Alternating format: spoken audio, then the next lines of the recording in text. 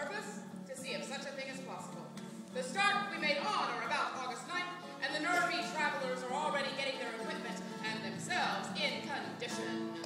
Between May and August, Ray and I argued with their folks barely through high school. You are not old enough to set out on a wild and dangerous adventure. No, but we made up our minds. Ray and I were not only grown. But we made a promise we had a responsibility to our sponsor, Mr. Finley, the editor of the newspaper. In return, at the Alaska-Yukon Pacific Exposition, we would receive $25 from the Seattle Post-Intelligencer. We told our folks we would try and save the money and come back on our bikes. But they knew after riding the 1,000 or so miles up there, they'd likely use the money for passage home on a train. On the morning of August 9th, 1909, our official picture was taken. People standing around the scene thought, let Mama through, so she could give them one last wet cheek kiss. Safe wheeling to the fair, boys. We pedaled up Mendocino Avenue and waved behind us. My eyes filmed over because I knew Mama was crying. Only some better than 2 months now before the fair closes. You really think we can make it in time? People say the roads are wetted down through the valley. Some places even oiled. There's stage roads over the mountains. All rail maps will get us through. Almonds, but they lit out. You fellas give me a hand, I'll give you $1 a day. Sleep in the bunkhouse, eat like this. The men are going to the fair, Mama. We can manage. You can manage. It's not the kitchen needs almond knockers, is it? Well? Well, we'd like to help, but we can't stay. We've begun to chop some wood or tend the animals, though. Like to eat, just don't like to work, that is? They told you they Yeah, they do chores, not field work.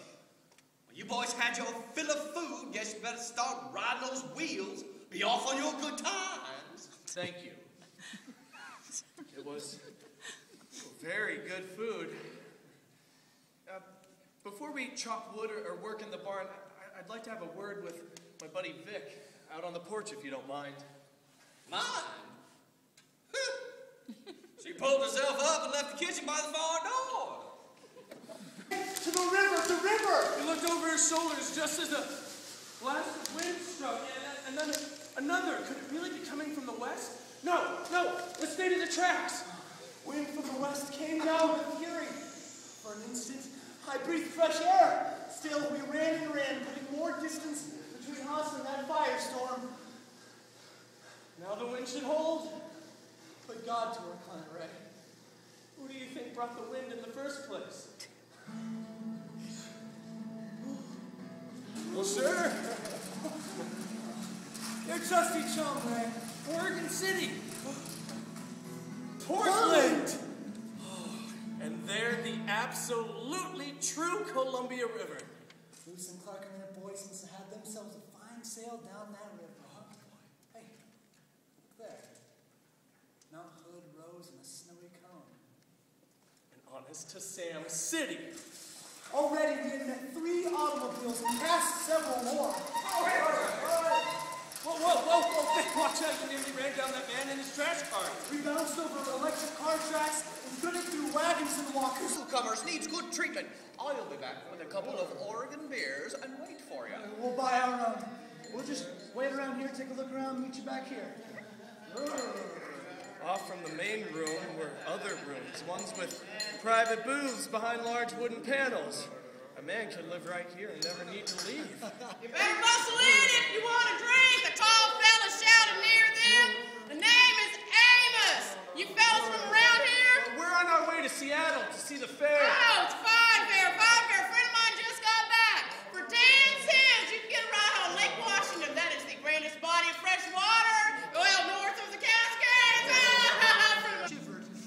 Oh, a nice woman let me sleep the night in one of the cabins and fed me well in the morning. Grateful for the level road, I walked fast, covering ground miles until I was in the little town of Toledo. But not Chehalis. The sun was past noon. I imagined Ray standing there at the post office, but no Vic. I had not made the trip as quick as figured. Ray thought something had happened to me. Chehalis. You made it. I must have caught it last night. I slept in a dress. Sound. And all that wonder gives me the feeling of How would you know?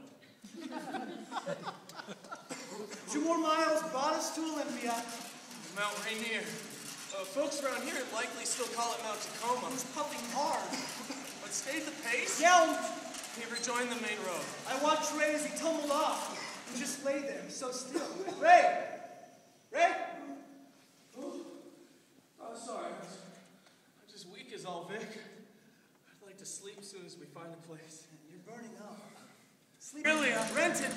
At each long rest, we ate some And drank water. Georgetown. Barely south of Seattle. We'll bed down here. Dark is fast coming, Vic. I can make Seattle. It'd be good to see the city when we wake up. You gonna be able to hang on, chum? I'm fine. I kept a close eye on him ahead of me. For sure. No boy or man ever had more grit and gumption than my buddy Ray. Wagons, Buggies. automobiles passed us in a steady parade as we neared the city. A street lamp ahead cast Ray in slum silhouette. City or no city, we're gonna have to pull over soon and find. We stood out, looked at the city of our dreams. Seattle. The AYPE.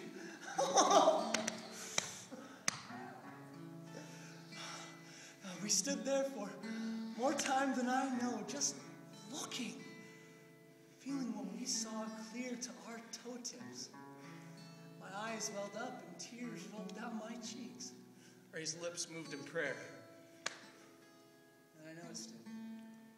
Peeking from his pocket was the Billiken. He'd stuck him there so the little fellow could see his hometown. Article of the Seattle PI, dated October 3rd, 1909. 2 Santa Rosa High School boys arrived in city after 54-day bicycle trip. The boys will stay 2 weeks visiting the exposition and will send stories to the Press Democrat of their impressions of the fair. James A. Wood, chief of exposition, yesterday presented the boys with free passes to the exposition during their stay in this city.